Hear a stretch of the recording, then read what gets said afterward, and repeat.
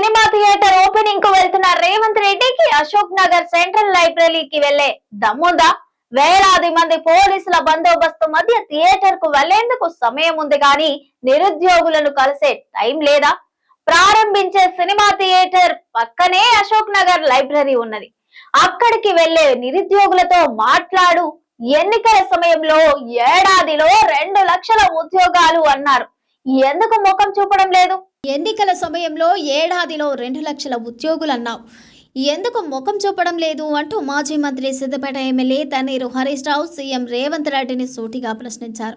లైబ్రరీకి వెళ్లకుండా పారిపోతే నిరుద్యోగులను మోసం చేసేనట్టేనని, జాబ్లెస్ క్యాలెండర్ చేశారని, ఉద్యోగాల నోటిఫికేషన్లే ఇవ్వలేదు, అందరికీ ప్రభుత్వం ఉద్యోగాలు ఎలా సాధ్యమని మంత్రి శ్రీధర్ బాబు అనడం హాస్యాస్పదమని, ఎన్నికల సమయంలో నిరుద్యోగులను నమ్మించి ఇప్పుడు నయవంచన చేశారని హరీష్ రావు మండిపడ్డారు.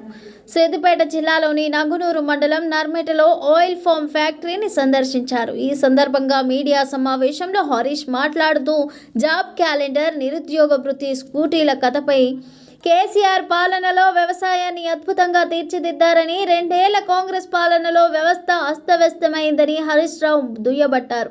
యూరియా కోసం యాపులు పెట్టి రైతులను ఇబ్బందులు పెడుతోందని మండిపడ్డారు.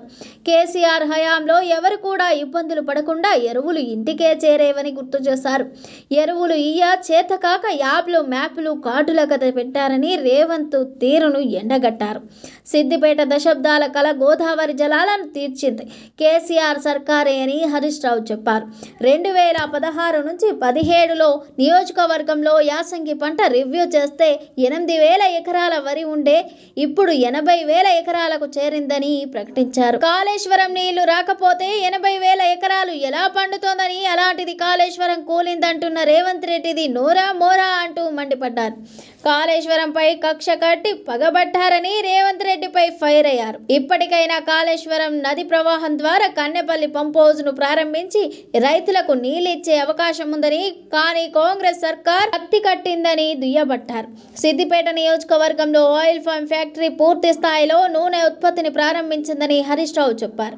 ఫ్యాక్టరీలో గెలల నుంచి వచ్చే క్రూడ్ ఫామ్ ఆయిల్ ను ఒకవైపు, నట్స్ నుంచి వచ్చే ఆయిల్ ఇంకోవైపు చూస్తుంటే సంతోషంగా ఉందని, దీంతో తెలంగాణ తొలి సీఎం కేసీఆర్ కలలు నిజమయ్యాయని ఆనందం వ్యక్తం చేశారు. సముద్ర తీరానికే పరిమితమైన ఆయిల్ ఫామ్ తోటలు ఉత్తర తెలంగాణలోని అన్ని జిల్లాల్లో వ్యాపించాయంటే కేవలం కేసీఆర్ కృషి, విజన్ తోనే సాధ్యమైందని హరీష్ రావు చెప్పారు.